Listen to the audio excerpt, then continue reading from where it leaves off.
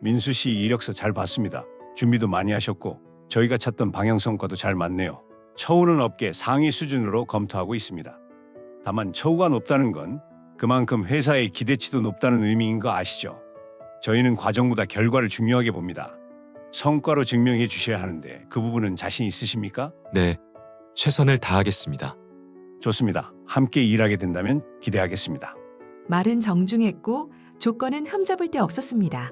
하지만 대표님의 시선은 대화 내내 내 눈이 아닌 이력서에만 머물러 있었습니다. 증명하라. 그 멋진 말 뒤에 숨겨진 건 오직 결과로만 나를 평가하겠다는 차가운 경고였습니다. 높은 연봉은 나를 향한 응원이 아니라 내 영혼의 시간을 미리 사버린 가격표처럼 느껴졌습니다. 민수 씨죠? 오시느라 고생 많으셨습니다. 먼저 앉으시죠. 차 한잔 드시면서 편하게 이야기 나누죠.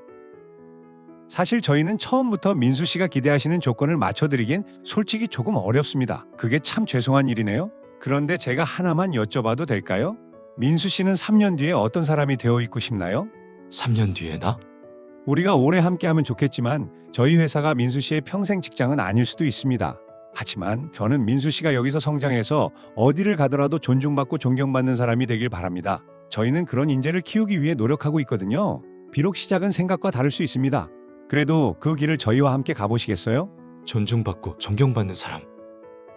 누군가에게 선택받기 위해 나를 증명하는 법만 배워왔지. 누군가에게 존중받고 존경받는 삶을 단 한 번이라도 진지하게 고민해 본 적이 있었을까요? 그 낯선 문장이 이상하리만큼 깊게 가슴에 남았습니다.